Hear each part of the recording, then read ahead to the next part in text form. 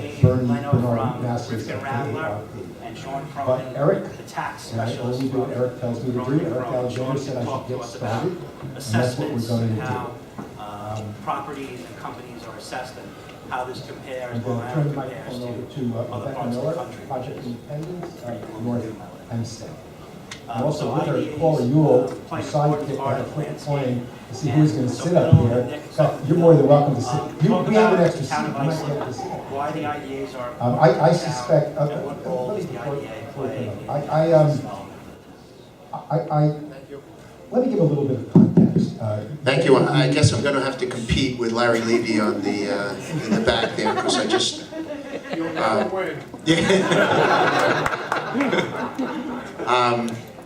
Yeah, just so, can you hear me? Ed, Yes, we can hear you!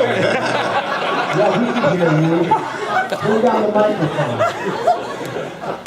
I thought with a different room this year, instead of the big dining room over there, this kind of interruption wouldn't be as disruptive, but I guess we'll have to live through it. Yeah, I like to tell people when they ask, what is the role of the IDA, what is its purpose, etc., is that to start with a simple kind of description, the IDA is a tool, nothing more. It's a tool to advance local economic development and provide for a stronger local economy. How we do that, I guess we'll get into it in a little bit more detail, but essentially we provide certain tax advantages to private projects that ordinarily would not be either exempt or would not be exempt from a certain array of taxes. And we do so for the purpose of achieving some sort of public policy goal. Those goals can be found in a master plan, in my case for the town of Islip. They can be found in other official documents that have been adopted by the local legislative board, by the town board. They could be, I'm thinking of, there's a special revitalization plan involving Central Islip that has been around for 20 or more years, 30 or more years now. I'm really dating myself, but so, or kind of the policy goals that the legislative board has advanced through other means. That's what we're, at least from my view, that's what our purpose is. How can we use the tool that we have to advance those public policy goals, and what kinds of projects would be eligible for them, and do they achieve some sort of public purpose? So I'm going to turn it over to him. Bill's essentially the Dean of Economic Development in Nassau County, so it's hard to really go after him, but I'll try anyway. To get to my apologies. So we started. So in Nassau County, the Nassau County IDA really serves as the implementation arm of the county executive's economic development vision. And so that changes with different county executives. For the past 8 years under the Mangano administration, our focus has been a little more holistic than what had previously been achieved under the Nassau County IDA. And by that I mean we looked at a wider array of projects. Our goal was to try to create a policy solution through our economic development tools for every type of commercial project in Nassau County, whether it be a transit-oriented development project, whether it be a retail project, whether it be a commercial project, industrial manufacturing, etc. We've even created some policies and programs to address small businesses, which before our administration really IDAs didn't think they could help small businesses to the extent that we've been able to show that you actually can. Echoing what Bill said, we are a tool, and essentially, again, our goal was to be involved in as many transactions as possible, and I think we've closed about 250 deals in the 8 years that we've run the IDA in Nassau County. And we're very, very proud of that. The county executive, his economic development goals were creating jobs and opportunities for Nassau County residents, and creating more capital in the local economy. And we found pretty early on, we thought we were able to go out and aggressively recruit new businesses to Nassau County. But we first learned, before we can do that, before you can play offense, you need a good defense. And so we went out and we met with as many legacy businesses in Nassau County as we could. And we explained to them that we're here, and we're here to help them. We want to make sure they stay and grow in Nassau County. After we started doing that, we started evolving, going out, reaching out to the business community, networking, and making sure that every developer, broker, lawyer, accountant in the field knew that if they had a transaction they were working on in Nassau County, one of their very first calls should be to our office. Because if we can't provide you a tax incentive, and we'll go through what those are later on, there are other programs where we can connect you to provide value to the project and help the project succeed, whether they're utility incentives, state incentives, or even helping out in the regulatory process. So that's kind of an overview of what we've done in Nassau County, and I'm sure we'll talk more about it. Thanks. An area where smart growth is. Yeah, I would like to add something about the retention factor that Nick just mentioned. Anthony mentioned that I'm active with the New York State Economic Development Council, which is a statewide organization that represents the interests of economic developers. I also was formerly a board member, term limited, of the International Economic Development Council. So I had the privilege of gaining a national kind of exposure.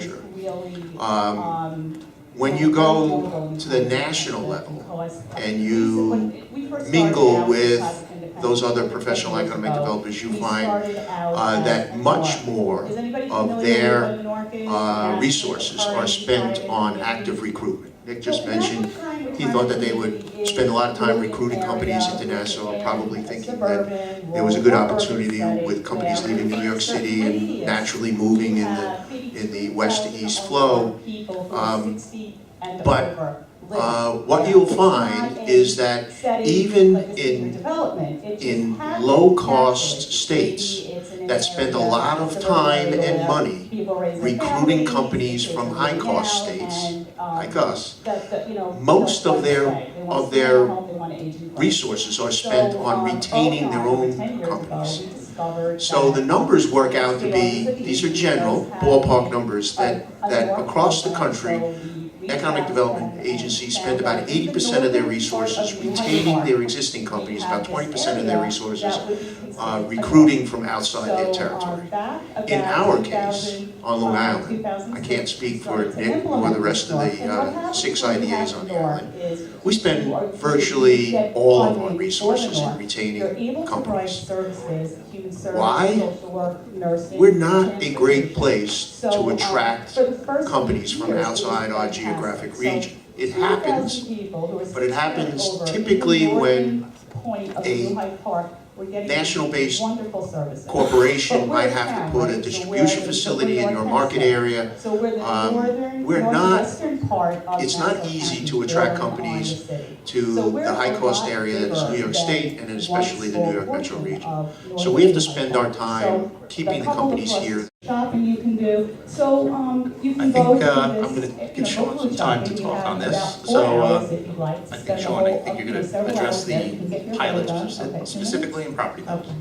So I think Anthony described the property tax situation on Long Island as doom and gloom.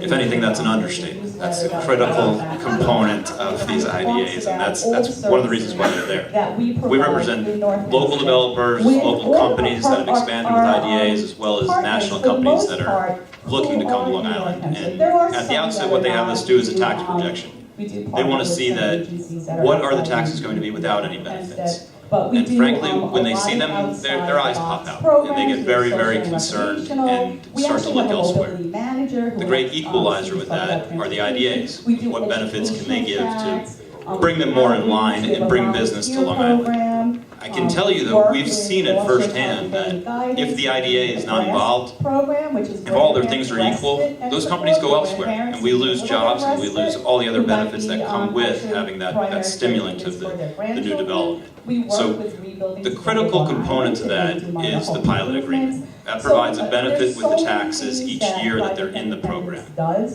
When the taxes are at normal levels, Nassau County is typically top 2 in the nation as far as property taxes.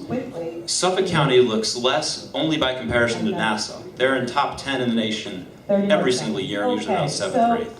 So the property taxes need to be reduced in some way. Different IDAs do this in different fashions. One of the town of Islip is here, so Bill can speak to. They look at the assessment and it usually tax you at a percentage of that assessment. Now, the big question with that is the original assessment correct? So you have to review that with the assessor, and Bill actually works hand in hand in that process as well.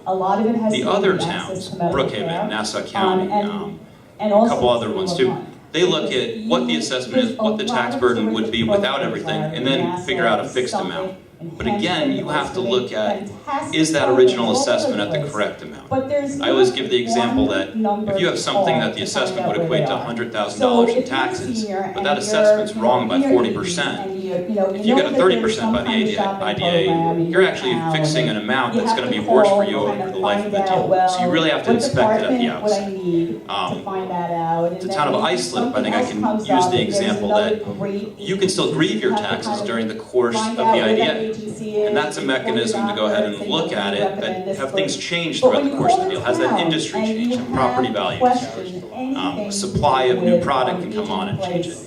And the IDA, again, works hand in hand with the assessor's office to review them each year. But the critical number is at the outset. Are you at the correct number, what your property taxes should be, absent everything else? And then you can go to the negotiating table and say, this is the benefit we think we're entitled to, and go back and forth from a real starting point, rather than a fictional number that may not have been reviewed for a number of years.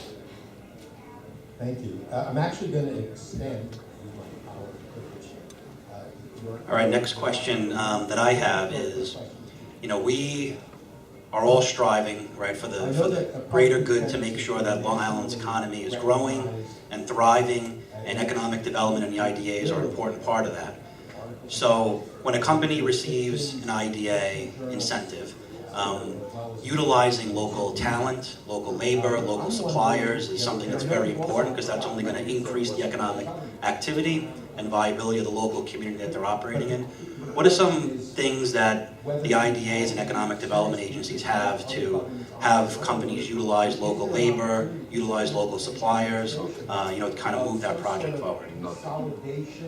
Thank you. The next time I do one of these panels, I'm going to make sure I don't sit right next to the moderator, so I'm the first one to answer. But actually, it is a good question for me to answer right away, because quite frankly, I want to use an example. We had a project circa 2012 that we provided benefits for hotel construction in Central Islip. Public policy goal, it was clear. That Central Islip Revitalization Master Plan that I referred to earlier was 30 years old, had the inclusion of an attraction of a hotel to the old Central Islip Psychiatric Facility site. Clearly, we had spent a lot of public and private money through the course of those 30 years to see that revitalization plan implemented, but the hotel was a difficult attraction to the South Shore, to the Central Islip community, etc. So we thought it was a very, very good use of the Industrial Development Agency. Hotels are considered retail. There were, actually the exemptions, the restrictions on retail in 2012 were no longer in place by the state. Those have waxed and waned through the years, but we still, while we don't do, for the most part, retail projects through the town of Islip IDA. We still thought it was a good project for us to support, but unfortunately, in this particular instance, getting to your point, what happened was the local developer sold their interest to a New Jersey developer, and the New Jersey developer, while they used a local construction company, their own construction company based out of Port Jefferson, a lot of the labor was shipped in from out of state. And we were embarrassed. And quite frankly, we were embarrassed by that. I see some members of the labor unions here. They had the rats out on that project and were very vocal at our town board meetings and pretty much spanked us for the amount of outside labor that was coming in, and we had no way to control it at that point in time. So we adopted a much stronger language in a construction wage policy to prevent that. And our reasoning there was that every IDA project has to go through a cost-benefit analysis in accordance with state law. And in that cost-benefit analysis, we are factoring in the value of the construction portion of the project, which assumes local labor and local goods being bought and sold. So it made perfect sense to us, and we modified our construction wage policy to require a very high level, 90% of local labor and local goods sourcing.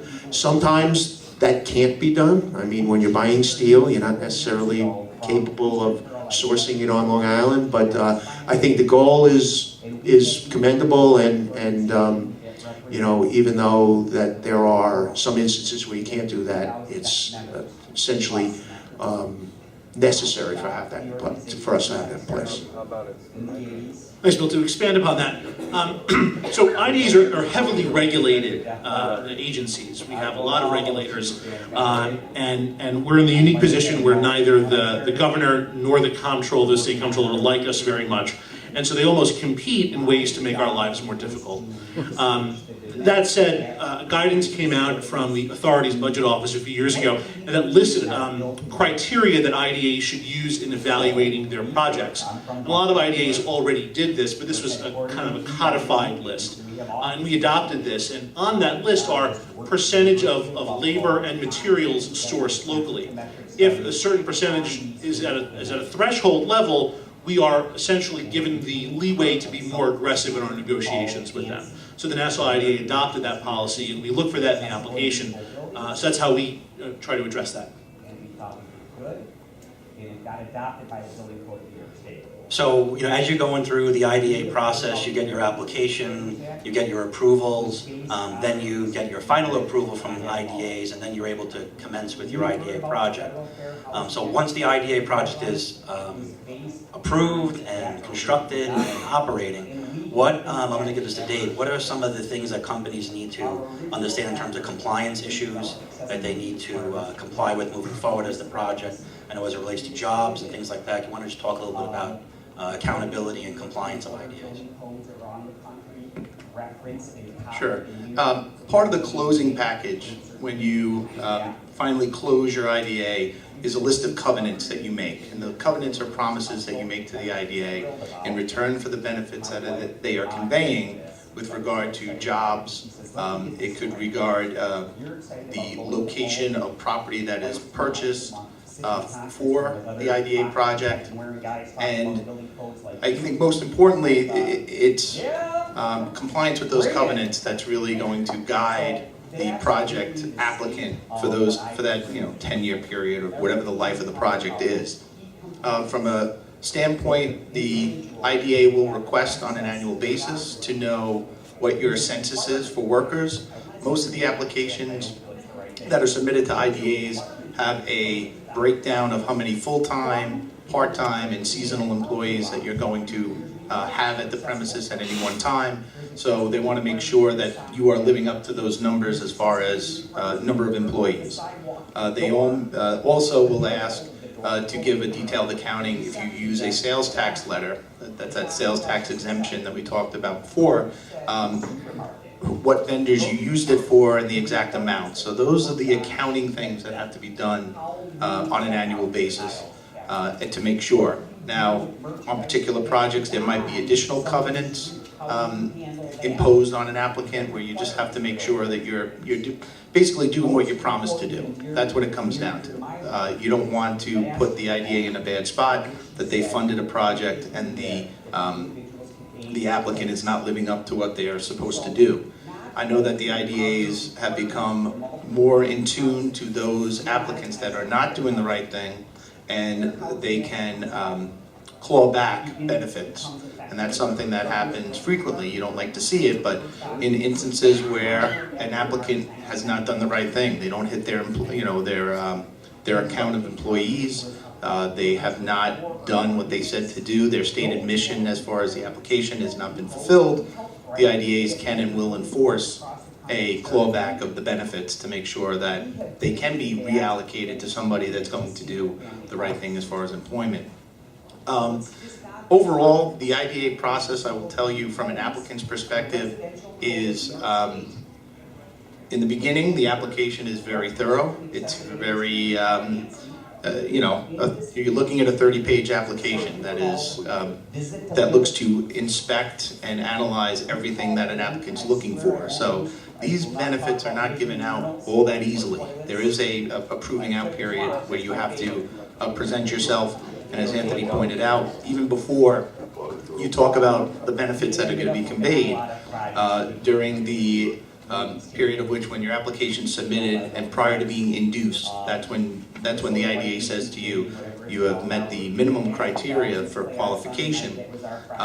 There's a stringent review that goes into that. So I know that sometimes when we talk about IDA projects, it seems like they're given away very freely. But I think there is a tremendous amount, and Bill and Nick are, with their IDAs, evidence that enforcement aspect of it. Dovetail on that. So two points. I think from a regulatory and compliance aspect of the IDA process, for all the applicants in the room and future applicants, I think the earlier on you can engage your accounting firm or whoever in-house will deal with the compliance will be a benefit to you, because what we find is everybody on both sides of the table are gung-ho on the deal, and everybody works very hard to get the deal closed, and then once the deal closed, the applicant then hands the file off to someone in the office who heretofore has no idea what just took place, right? And so it ends up being a more complicated compliance period than what it could be if there's more discussion that goes on. And so I think, in the Nassau County IDA, we're working on creating a compliance closing, separate compliance meeting to really go through the finer points of the process. I like the idea of the separate compliance meeting, but I think that of the three benefits that are associated with IDA transactions, the compliance issue that is most troublesome when we close on a transaction, to me, is the sales tax exemption, which formally, up until 2014, was open-ended with respect to how much the applicant could benefit from. It had a time constraint on it. Basically, you issue a certificate for a certain amount of time, typically a year. There may be some differences in the amount of time that you give the applicant to construct the facility. But the amount was open-ended, and then with legislation in 2014, the amount was controlled. The applicant has to estimate the amount of sales tax they're going to benefit from during the course of the project. And then they are no longer able to exceed that amount under penalty of clawbacks that we talked about before. And that scares me, because when we close, we're handing essentially some informational tools to the applicant that says, we don't want to get to the point where you go beyond your sales tax authorization, because we become the entity that has to claw that money back from you for the county and the state, because they get the sales tax benefits. And I believe there's a threat that exactly what Nick has talked about, the president of the company, the owner of the company, whoever signs off on the transaction, says, okay, this was a great deal now. here, staff, you go out and exempt all of our purchases for this transaction from sales taxes. So clearly, you know, that's an important component in terms of compliance. All right, we're going to, I want to shift gears a little bit. I see there's a number of local Chamber of Commerces in the room. I also see there's a number of developers in the room, and mixed-use developers, and some folks that want to start some mixed-use development, some projects I know that they're thinking about. Let's just talk a little bit about downtown revitalization.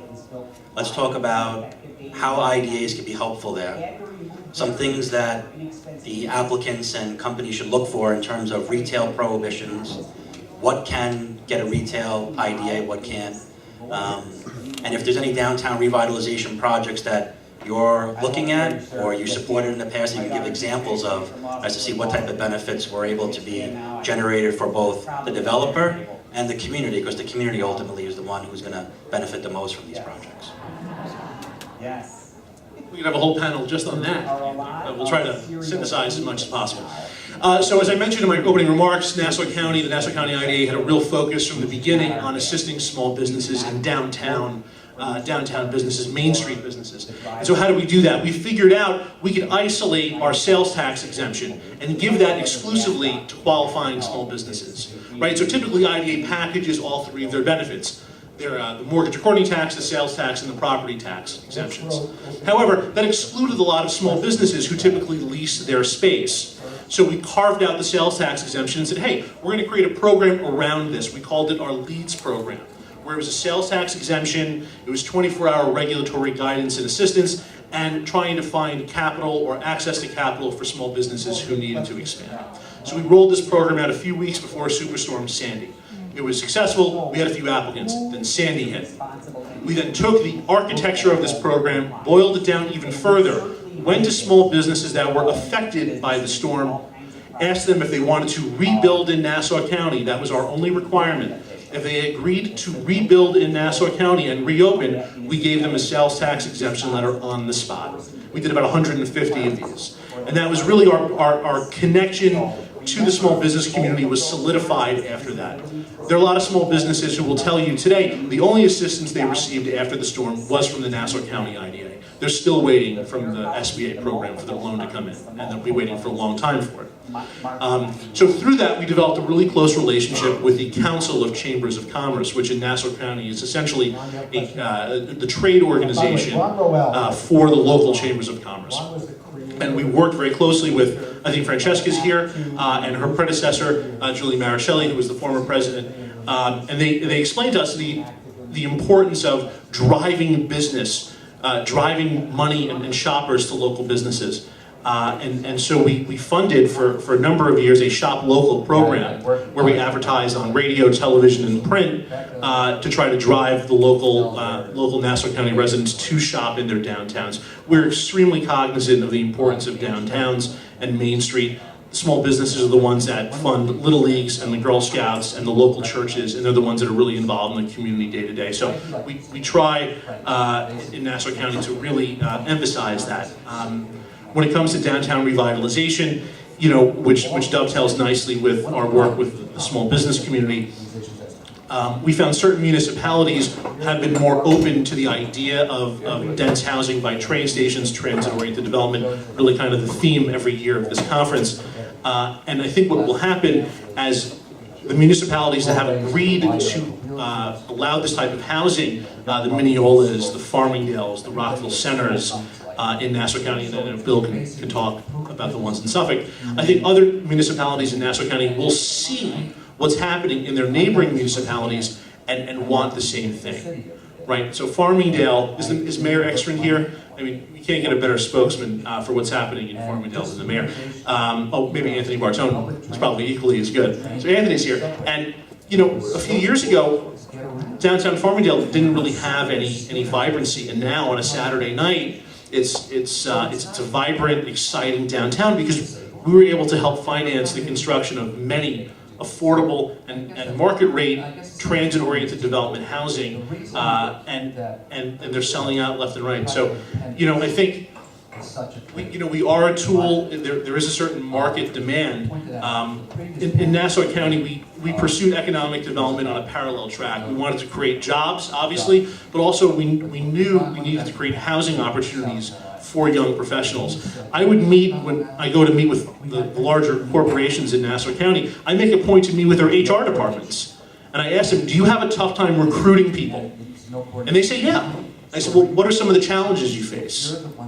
Well, young professionals don't like the housing choices here. So if you don't think it's reality, go talk to an HR department. The need to build these houses is critical. It's the only way we're going to help find the young people their way back to Nassau County. Yeah, I'd like to go back in ancient history to the 1990s when we actually started using this IDA tool in a then innovative way to assist rental housing projects. So I can remember we did a couple of very small rental housing projects that were in the downtown corridor. And the rationale behind it was relatively simple. Bayshore, at some point in time, I don't remember exactly when they hit the nadir, but they had a 43% vacancy rate of shops on Main Street.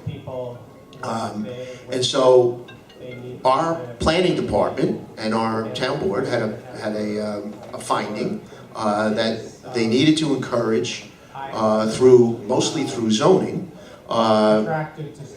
rental properties, high density rental properties in and around the downtown areas. And so without adopting a formal policy at the time, because we were not required to at the time, we just started using our tool, which was previously strictly used for industrial types of projects, for housing in the downtown of Bayshore, because it made good economic sense for the reasons that Nick talked about and other practical reasons. We need feet on the street in the downtowns so they can become vibrant and can recover from the mauling of America. It's very individual. That has grown into a formal adopted policy where we've identified the downtown corridors by tax map parcel, each tax map parcel, mapped them out, and have said in our uniform tax exemption policy that the agency has, that we will assist with high-density rental within those corridors with the express purpose of driving more and more individuals to that downtown, so that downtown can then maintain or reactivate its vitality. We have added mixed-use projects to that mix because it makes some sense, because primarily those mixed-use projects really add retail, some office, and housing. And we are constrained slightly by New York State law about our ability to do retail projects. But I haven't found a mixed-use development project in a downtown corridor yet where the retail restriction has come into play, because we have the ability to include retail in any of our projects as long as it doesn't reach a certain threshold and it has to do with the percentage of cost of the retail related to the larger project, and most mixed-use projects in downtowns don't get anywhere near that threshold. Sign that something isn't right. Maybe they're on vacation and forgot to tell people. The one project that I always look to when talking about IDA projects, and the reason why I'm passionate about preserving the IDAs and using them as a tool for economic development has to do with a property very close to my home. I live in West Hempstead. There was a hotel that was on the border of Hempstead and West Hempstead called the Courtesy Motel. It was a place that a lot of drug activity took place, prostitution. It was obviously an eyesore, and it was a fundamental problem with any development. Add to the fact that it was right next to the West Hempstead train station, so you had this type of element next to a major transportation hub. The Town of Hempstead IDA and the Town of Hempstead worked together in order to convert that Courtesy Hotel into a project that Mill Creek Residential built out that ended up being one of the most successful multifamily developments in their portfolio, with one of the fastest rents up they ever had. And it's a beautiful location, and it's right next to the train station, and it is starting to bring back businesses in the surrounding area. To me, that is the key. It's not only you're taking a blighted property that in and of itself may be a problem, you're converting it into something that is of benefit. The public obviously is buying into it because it has one of the fastest rent ups in their history, and it's right by the train station. I mean, that's really, the quintessential, transit-oriented development. And what's happening is that's what's being replicated. Anthony's project in Farmingdale, the projects in Mineola. I think this is what, was definitely needed, and I think it's a good example of how the IDA implements that. So I hope that kind of answers your question. To me, that's one of the greatest misconceptions with the IDA. I think people look at the tax benefits that are generated from a new construction like a Mill Creek, whether it's in West Hempstead or their developments in Mineola, and say they're getting $200,000 in tax breaks. What you didn't see was before that, that property was generating about $50,000 in taxes. What they're now generating is $300,000 to $400,000, so the net gain is over $250,000. So I think unfortunately the press emphasizes the breaks. But what happens otherwise, if those breaks aren't there, is that the old dilapidated building stays. It generates a small amount of tax revenue. The Courtesy Motel stays and generates a small amount of revenue and also crime. But now you have it revitalized, you get people in the community, they start spending money, and it has a domino effect. So I think unfortunately the more attractive article is the benefit, but really you have to compare that to what was there previously and the net gain from it. Just to go back to something we said earlier, there is more scrutiny on these deals right now. The clawbacks are coming more and more frequently. But you have to understand, these are real-world transactions. Just because you make a 10-year deal doesn't mean your business is going to expand tremendously. So you do have to take all those precautions to protect your rights. I think just when you sign a lease with someone for 10 years, you're thinking that the rent's going to go up, they're thinking that they're agreeing to the number. At the end of that 9th year, somebody did a little better than the other person, either the tenant or the owner. The same thing goes with the IDA. Things can change throughout the course of that deal. Even with the clawbacks, there's instances, we have one project where 3 buildings, about 100,000 square feet, had an IDA agreement. The business didn't go as well. It had nothing to do with the IDA, it had nothing to do with the company. It was their industry that they were in didn't expand. They had a clawback, but at that time, they had communicated with the IDA. Each year, they had an amicable exit from the IDA, and then everyone was on the same page at the end. So it is a real-world transaction, and it doesn't always end the right way, but a lot of times with communication, you can set yourself up so you're in a good position otherwise. That particular building is now rented to someone else, they're a landlord, and they're working it out that way. So these are real-world transactions that, as much as you'd like them to work out a certain way, there's other factors that come into play as well. Into the public pool. The golf course. Sure, you like to fish.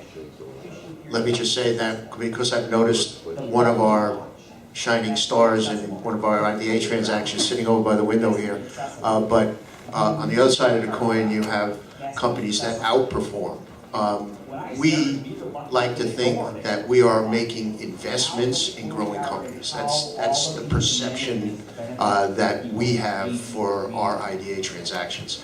And a company like Sun Nation, Scott Maskin is over by the window over here, and he's already, you're not 2 years into the deal, and we asked for 2-year projections. We probably should extend that because really the real time for growth should extend over a longer period of time. But in our application, we asked for 2-year projections. And how far above that projection are you now? When we first got involved, we were, I think we were around 40 employees, maybe 50, and we broke it down to 2 years ago, 70. In the 2 years, we're now at 130. Right. So, right, that was my question, so, you know, you talk a lot about clawbacks, but when a company exceeds, is there a mechanism to expand? You have to go through this whole- Boy, am I sorry I noted that Scott is here in the audience. The short answer is no. But it,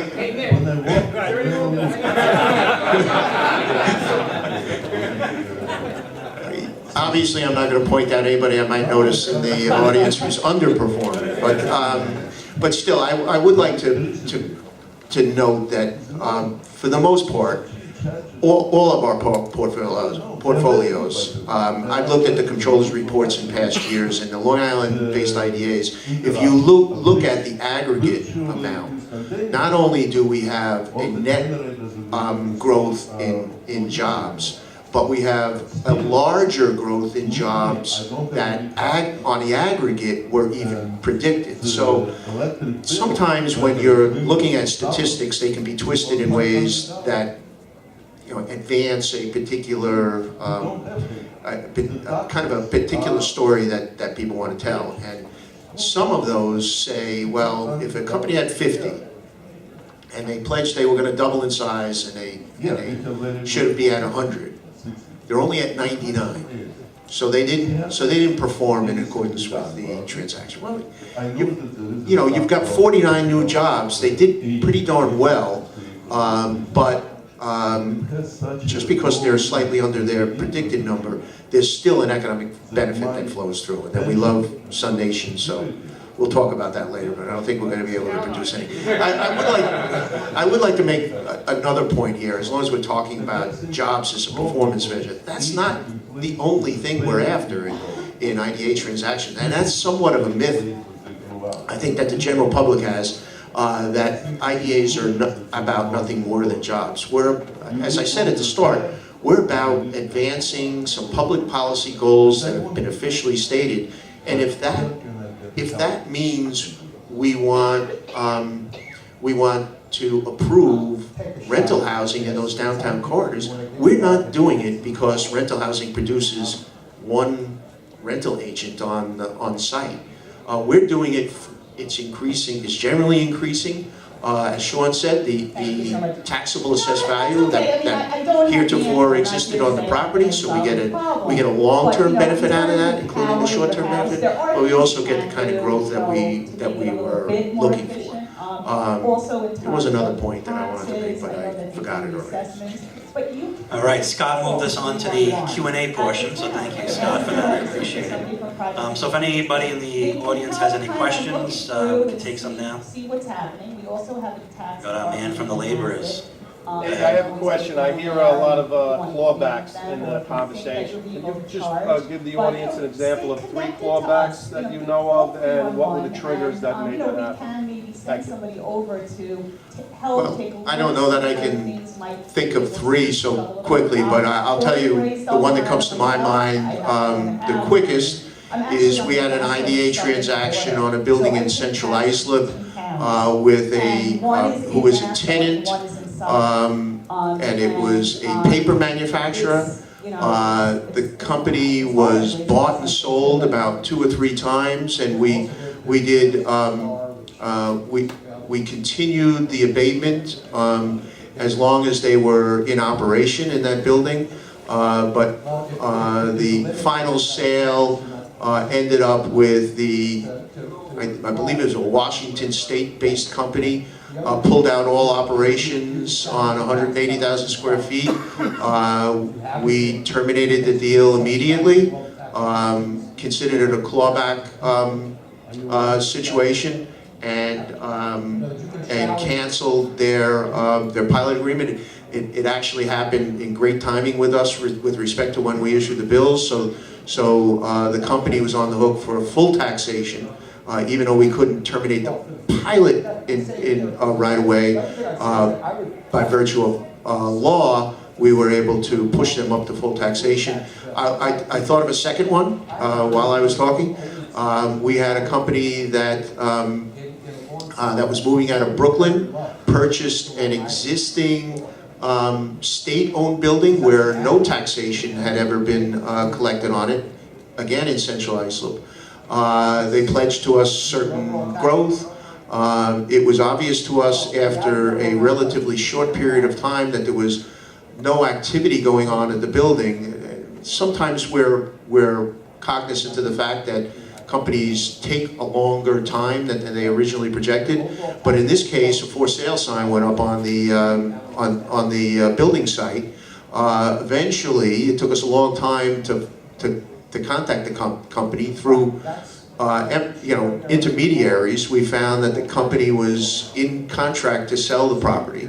The only benefit they had received from us to that point was the mortgage recording tax exemption at the time of closing. We clawed that back from them. We immediately canceled the tax break we were giving on the building that had never paid taxes before, and they were responsible for full taxation and for paying us back the mortgage recording tax. Based on their ability to pay. Bill gave 2, I'll give 1. The 3. So we're currently negotiating now. I can't really get into the specifics, but it's a large Long Island-based company. It was acquired by a Texas-based company. Jobs were moved out of the state. They were, I think, in the 9th year of a 10-year pilot. And even though they complied up through the 9 years, because they're not in compliance and now their last year, we are in the process of clawing back a significant amount of money from that company. So these are real transactions. They do occur all the time. I just should have pointed out in the first instance, similar to Nick, that that Washington-based paper manufacturer was in approximately the 5th year of a longer. It was actually a 14-year agreement. All right, any other questions? Yep. Excuse me, more of a statement than a question. My name is Julie Monticello. I'm the past president of the Nassau Council of Chambers of Commerce. And we did work very closely with Nick Tuzzulo on the Shop Locally program, but more importantly, the sales tax program that they were very creatively carving out from the IDA regulations to make it applicable. Yeah, I mean, the New York State Office of the to Aging, Nassau County, NYSOFA, Main Street business NYSOFA. And it happened at Go a on time there. when Sandy did. Within the town now, we are no longer considered north Asking because we what's went out there for townwide. us. So every single Government should resident be 16 behind over in us. North Hempstead They now has say that access to the we're same the year that services there's and this more economic that we provided originally 10 years ago. We're here, Just we're by trying coming to make a we living. can get those services. How many of us are going to be on unemployment if we don't get any money from the government to help us? Savings were gone, many people needed savings to put their homes together, not just their businesses. So this came through at a time when we needed them. And I have to say, all the other government officials, we were praying on deaf ears, but Nassau County heard us. And thanks to the Nassau County IDA and the county executive, it was a good backbone for many to come back and be supportive. And the commercial backing it up showed that the communities, that they had to be there to support us, and they had to be there to help us get back and remain. So thank you very much. Any other questions? I gotta say this one, guys. My little business conditions of this election, have you guys seen that? Is there higher volume now than before? You don't put your coffee at it. But what it represents is. I think that 2016 was the highest revenue that the agency had ever had. We've been in existence since 1974. If that's one measure. It can be a little bit misleading because if you have a very large project that spins off higher revenues, and but our activity level is extremely high. I don't have the data. I did not do my homework before I came here. I'll admit to that. In terms of actual closings this year, I want to say that we've closed approximately 21 deals. One just yesterday. That's a high level for us, a town industrial development agency. And in terms of trends, someone mentioned food companies before. We've had all of a sudden, and I have no real understanding of why, we've had a great number of food manufacturers, distributors, just within the past 12 months. Just as an example, on our October agenda, the agency had 4 transactions that were all for food manufacturers. Well, I mean, that's. And we're seeing a lot of the kinds of deals that we've talked extensively about, mixed use and downtown housing and other forms of housing. I did want to make the point that we don't incentivize all rental housing projects. That's a decision, a policy decision on the part of our agencies. We carve out certain kinds of housing projects that we believe we should be incentivizing and leave the others to the marketplace. And for that distinction, you can look at our uniform tax exemption policy, but we try not to incentivize projects which we believe will occur in the marketplace without our assistance. One trend that we're seeing, which I can't believe we didn't mention earlier, the flow of light industrial manufacturing from the outer boroughs of New York City to Long Island. We're seeing a lot of applications in Nassau County into that arena as industrial pockets of the outer boroughs are being priced out. A lot of these industries are looking to come east, and so we've been kind of the beneficiary of that movement in the city. And I'm probably in the city once a week talking to companies who are interested in coming to Nassau. And I know the Suffolk County IDAs have about a similar rate. We make them come from Brooklyn and Queens out to Iceland. I mean. I've been in this position for more than 25 years, and it's only been the past few years where we've seen the trend from companies that are coming from the outer boroughs all the way out to Suffolk County. You would think that they would land first in Nassau County someplace. But I think that speaks more for what's happening in the outer boroughs, where a lot of the industrial locations are being converted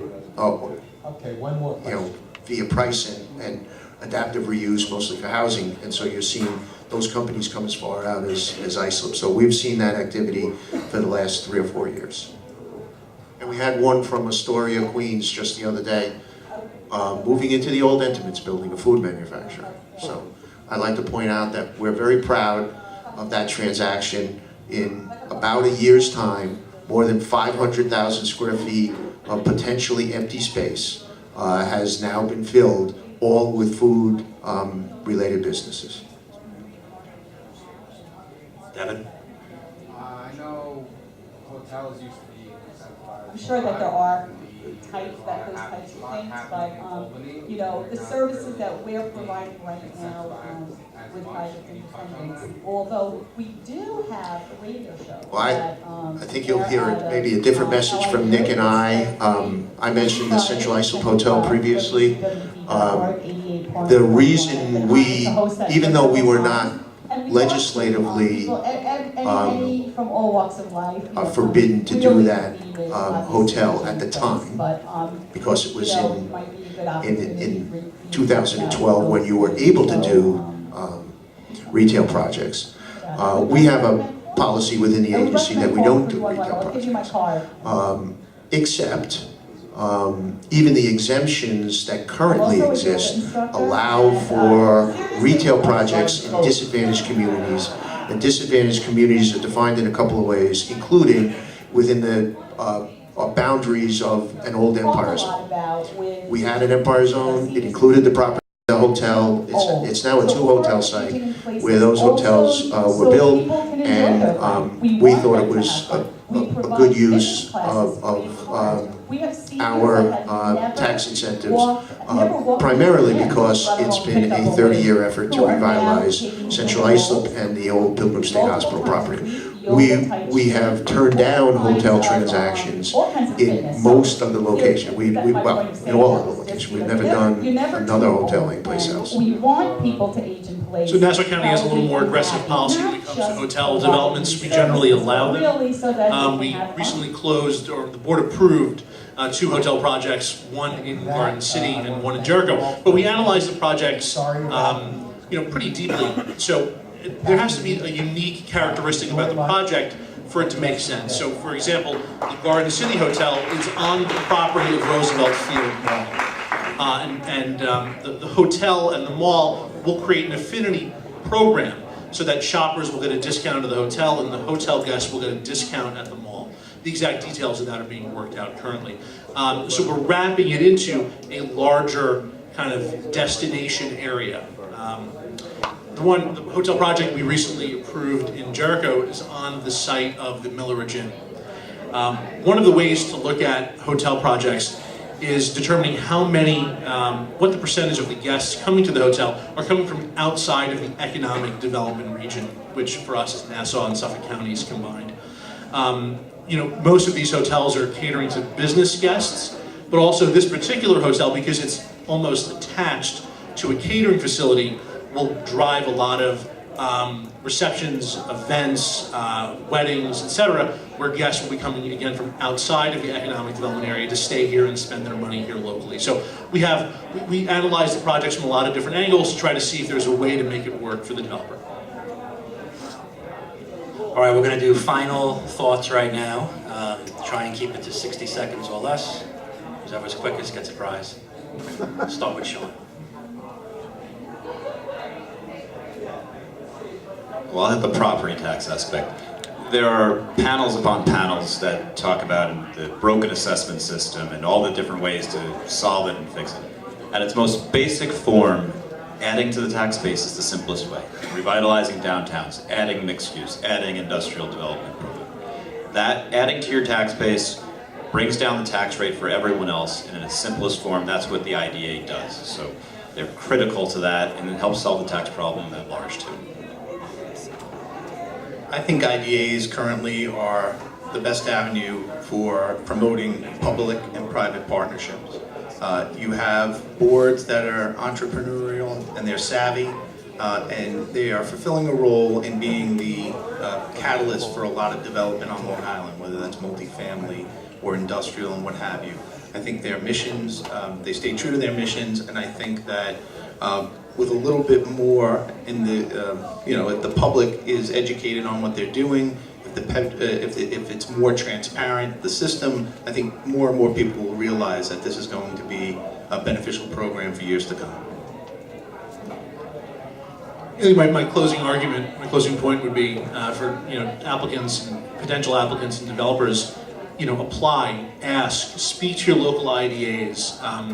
The amount of assistance that you could receive is, really can make a difference on the numbers for the numbers on your project. And Bill and I didn't talk about it too much, but something we're both very proud of, I know I can speak for him, is how we're able to find other incentives for our projects, whether it be state incentives, utility incentives, even some federal programs. So the more you ask and the more you present applications, even if we can't give you a pilot, come talk to us. We're the liaison between government and business, and it's our job to see business thrive on Long Island. So stay in touch with us. It's really critical. We can only help you if you come talk to us. Yeah, I was struggling to think of what I was going to say to wrap up, but thanks, Nick, because you just gave me Alex Niles is in the back with PSE&G. Virtually everyone standing. No, that's. I'm sorry, I missed. That's Paul in the back. I thought you were somebody else, but. So we have representatives from PSE&G and National Grid here. Lyle Sclair is in the corner. We do most of our transactions. We have economic development partners, the state, the county, the two utilities, and we're comfortable with that. We recognize that local IDAs bring and put in local skin into a development project, and sometimes I wonder why we are receiving the kind of criticism that local IDAs get without the understanding that some of the same people who are criticizing what we do are partners of ours in that same economic development project. So I'll leave you with that thought. All right, thanks everybody for attending. Round of applause for our panelists. Thanks very much. Have a great day.